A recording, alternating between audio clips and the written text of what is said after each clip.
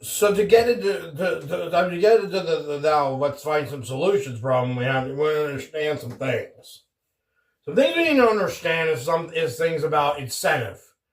Now, the horse racing fans, the fans of the sport, they want Triple Crown. They want the racing. They're about the racing. They're about the big moments. It's a huge moment to have a horse go for the Triple Crown, run these races, see what it can do. Maybe it loses the Preakness, but at least we got to see it try. There's a lot of grit and grind and everything that goes along with it. That's what we want to see. It's not supposed to be easy. But then there's the owners, and like I said, their incentive is money. And we gave them hell because all they care about is money. Of course it's all about the money. They care about how much money that horse can bring them, because that horse is their investment. That is their business. At least as it comes to the horses and the horse racing. They can have other side businesses too. They're probably rich from other things, but they put a lot of money and stock into these horses. You don't have to respect it, but you have to understand it. But at the sacrifice of our traditions. At the sacrifice of what we love. And that's to see a good race. And to see the Kentucky Derby winner go down the line. Go for the streak and go for the big win. The big Triple Crown. So incentivize. That's our first solution topic. The incentivizing of these owners. They are the ones that need to be given a nice pat. A little pat on the head. Hey, we got you, bud. If things go south, you'll still make some money.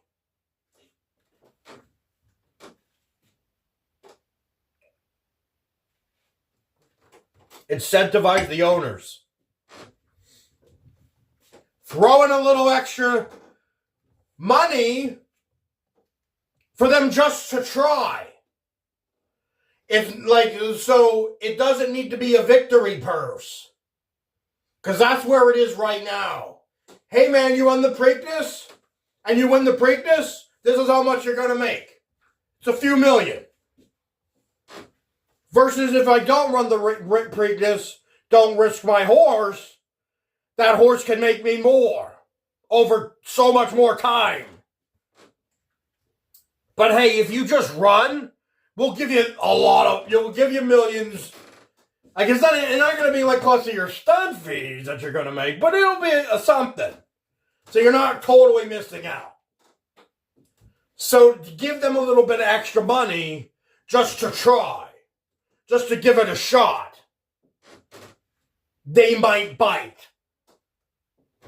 They might take a bite. They're financially motivated, these owners. Trainers are also financially motivated because they are making money out of all this. But they're more horse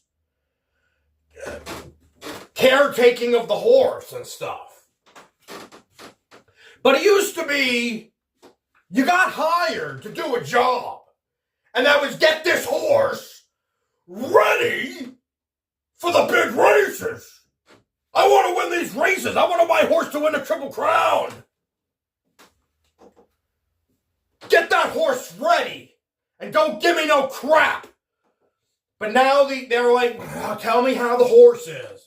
Well, I don't think he can go. I just don't think he's ready. Then don't risk my investment. But if the horse racing world got together and were like, hey man, we want to see your guy in the Preakness, he'll be fine. No, I don't believe he'll be fine. He'll be fine. But if he's not, here's a couple extra mil. Just to try. We gotta fork out a bit of money. But if you do, the people will come. The marketing, all this stuff, it makes you all the money. The ratings, the networks will pay out. What is NBC or whoever's going to hold the Preakness going to do with this? None of these horses, nobody knows who they are. They all got used to all these horses that ran the Derby, and they're all gone. Where are they?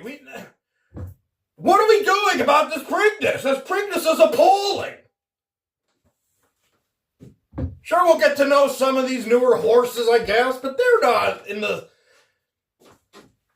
the horses that ran the Derby. They're not the horses that were supposed to go all the way, who had a chance to go all the way.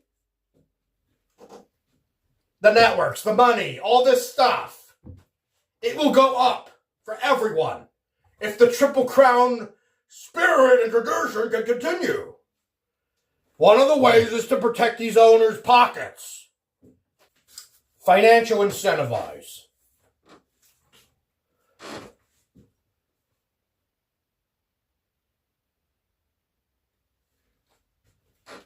Let's look at some of these finances regarding these horses. A Derby winning stallion can command $50,000 to $300,000 per mare in his stud fees. And he can breed 100 to 200 mares per year. They keep going. They just keep making hundreds of horses. Breeding hundreds of different horses, all from that. I mean, can you imagine American Pharoah? Oh my God. We're talking 5 to 30 million per year. And this could be for decades. For all the whole longevity of the horse, they can just keep breeding and breeding and breeding and breeding. That's how we have all these different horses have all the blood of the immortals of the past. Like Secretariat and stuff. This is why that happens. Because people want to make the next big top of the world horse to have for their own. Let me get a little bit of that. If I get a little bit of that American Pharoah, oh, my horse will be ready for this stuff for sure. No, not necessarily, but they're willing to pay for that chance. Millions of dollars are here on the table here. So they're taking the safe choice, the safe way out to protect their investments to skip the Preakness. But at the sacrifice of our tradition. The sacrifice of the big moments that will be so exciting and culturally profound. Culturally profound. So make a massive purse increase. Big money for them to win. And for them to even just try. Just give it a shot. Here's some money for that. And if you go all three and win the Triple Crown, increase that bonus. Make that more money. All the networks and all these venues and all the stuff, all the people that make money off this stuff will make big money if they get some Triple Crown action. So people should be willing to give more money. These mega conglomerate companies with billions of dollars should fork out a bit more money to maybe get our tradition back. They have all the money. They have the money to spend. Let's fix the problem with a bunch of money. We want to make it about money, we'll fix it with a bunch of money. Throw a bunch of money at it and get this shit back together. Because people care about this stuff. There are die-hard horse racing fans. Especially in the regions where these races take place. Huge amounts of horse racing fans. They want to see this stuff in action. Insurance. Yeah, so you got all these financial incentives, but you could also just have insurance. Insure the Derby winner, at least. But these horses, they may just want, these owners, just a little bit of insurance. If something happens to them, gotta give me something. Gotta give me something back. You want them to go into Preakness? I need to see some money. Wherever that money comes from, whether it's the Maryland Jockey Club or these higher organizations, but who don't have the ability to enforce. They can put out some insurance policies. All right, if something happens to them in the Preakness, we'll give you some money. That's all these owners need to get this stuff back together, to get it going again. Just give them some money. They're money people. Trainers are about the horse. Owners are about the money. I knocked the trainers because I knocked their decision to not have the horse go. Because I don't know, like come on. Your horse did just fine. Come on. Now they'll be like, well, he's the trainer. He knows more than you. Of course, I know. But we want our tradition. We want our race. Find a way to get us that race. But the trainers are also, like I've gone into a few times, in the owner's ear. Their ear is in the owner talking, saying, no, if you really don't think you can go, don't let it go. If you don't think you can win, we'll just rest the horse and be way more prepared for the Belmont. They'll just listen to their owners really mostly. And even with all the financial incentives, I understand we have to protect the horse, because if you don't, if you're going to do it to abuse, if it becomes animal abuse, if you're just beating the horse to do it, we don't want that. But like most of these horses owners, they're already in their mind like, I don't want to do the Preakness. I just don't want to do it. Like, I do want to try for the Kentucky Derby. We're getting ready for the Kentucky Derby. We're prepared. And we can win that. And then if we win that, I really don't want nothing to do with the Preakness. They already have a predetermined mindset. And with that predetermined mindset is where we're sitting here like, oh, maybe they'll do it this year. It used to be we didn't have to think about it at all. It just happened. But now we're in a world where we don't even know if they're going to do it ever again. It could go on forever. They have to make some changes. And one way to make... the most important thing is going to be the horse. But honestly, if the horse can go, at least just run the race, we'll have our chance back. They'll give it a chance. They're saying horses just aren't as bred as well as they used to be. Bred for the big races like they used to be, to get through all the Triple Crown. And like the horses are just, for some reason, just softer now, or they just can't go now because they're young. They're still young. But when you look at a horse like Sovereignty last year, he was a dominant horse. He was a good, strong horse. I'd say he could have kind of gone that Preakness. We had a Triple Crown potential there. They just didn't want to risk it. Financial. It wasn't about injury. No, we're not talking about if the horse gets injured, continue to talk this way. If the horse is injured, if the horse could potentially suffer, we don't want that. But a horse can go. Give it a shot. We want to talk about horse abuse. We don't want to abuse the horses, but we do want to get them going. They're supposed to be trained and bred for this. Get them going. The blood of the Immortals is running through their veins. They could win. Give it a shot. Don't just bow out because you think it's the easy thing to do. But we do care about the horse welfare.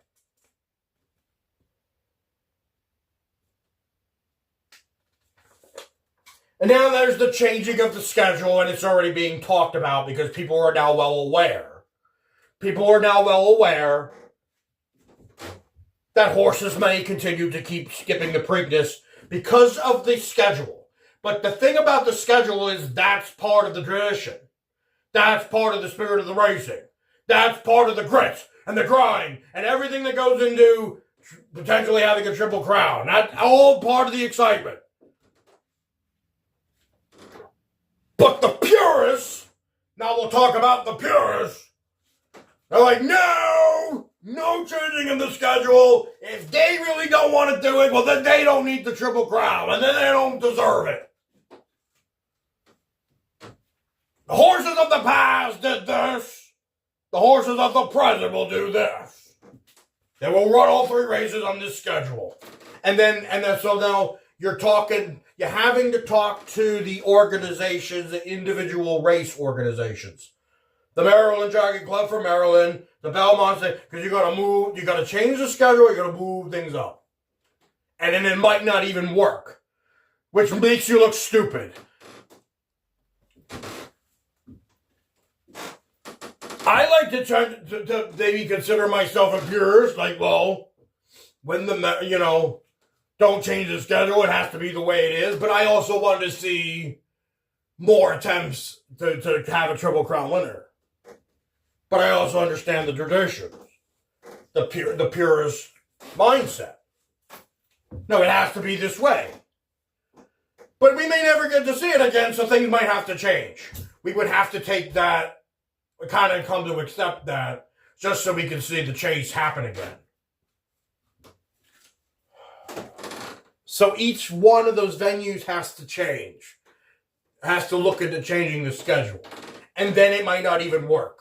They're talking about it. There's articles out there now about them talking about it.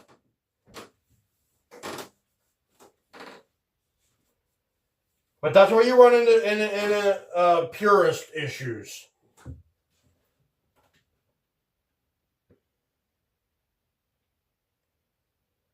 But you might have to take it as a sacrifice that you change the schedule to get these horses to run. And then as I said about having the oversight, having these oversight committees, like the people that run horse racing, right now you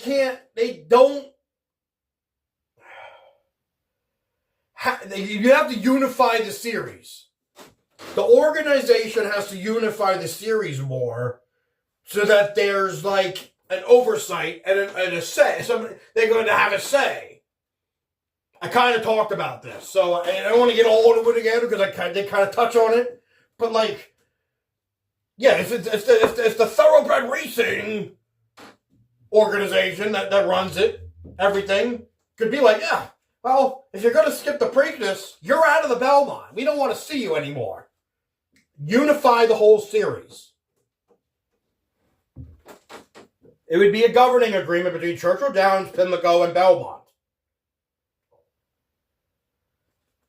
All these sponsorships, and the bonuses, and all these financial incentives, and all these purses, and you unify it all to create the Triple Crown Series, to get these Derby winners to get back into the Preakness, because right now you don't have that. We're gonna wrap it up, but so here's the thing: it's more than just. It's more than just taking the problem and throwing a bunch of rocks at it, because what it is a debate. It's actually a debate, more like when you have somebody else here, like, don't you care about the horse? We have to care about the horses. You're just being selfish. Like, you just want to see, yeah, because we want to see some balls. We want to see some grit. We want to see a chance. We just want to see them try to run the Preakness and go for the Triple Crown.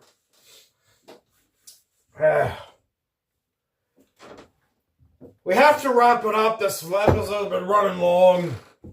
But this is the definitive rant. This is the one to end the ball, really. Because if it continues to happen, I'm not getting into it all over again. I may be brief. if it keeps happening in the future, I'll be brief to bring it back up. But I'm not. This is the definitive one, because last year it was to go after Bill Mott. I went after Bill Mott last year. So that was just like, oh my God, this guy thinks he could just skip the Preakness? What is he talking about? That's not a thing you do. So we had to go after him right away. But now that he started to tread, we're now trending towards this. We may never see it again. We might even never see the attempt again. And we have to have the attempt just to have the chance to see to see a horse win their Triple Crown. We just have to see the attempt. But if they're just skipping the attempt, you're wasting our damn times. We wait every year for this. We wait every year to see someone win. To try for the Triple Crown. And then they just skip the Preakness like it's an option, and then it's all done.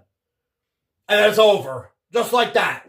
Just like the decision that has been made to not have him go. We got to do something about it. We talked about the ways they could fix it. We'll have to look into those ways. And that about does it. That ends today's Steve Soapbox rant about horses, the Derby winner skipping the Preakness, as well as a bunch of other horses choosing to skip the Preakness. And then they can just walk into the Belmont, nice and healthy, nice and rested, and continue their domination. But no Triple Crown. Doesn't mean the same thing. Not as important. Could care less. We'll care a little because we'll follow the races and we'll see what happens. So so we're still in the midst of the Triple Crown season. We'll see what happens at the Preakness. It's this Saturday, May 16th. And we'll catch you then. Have a good one.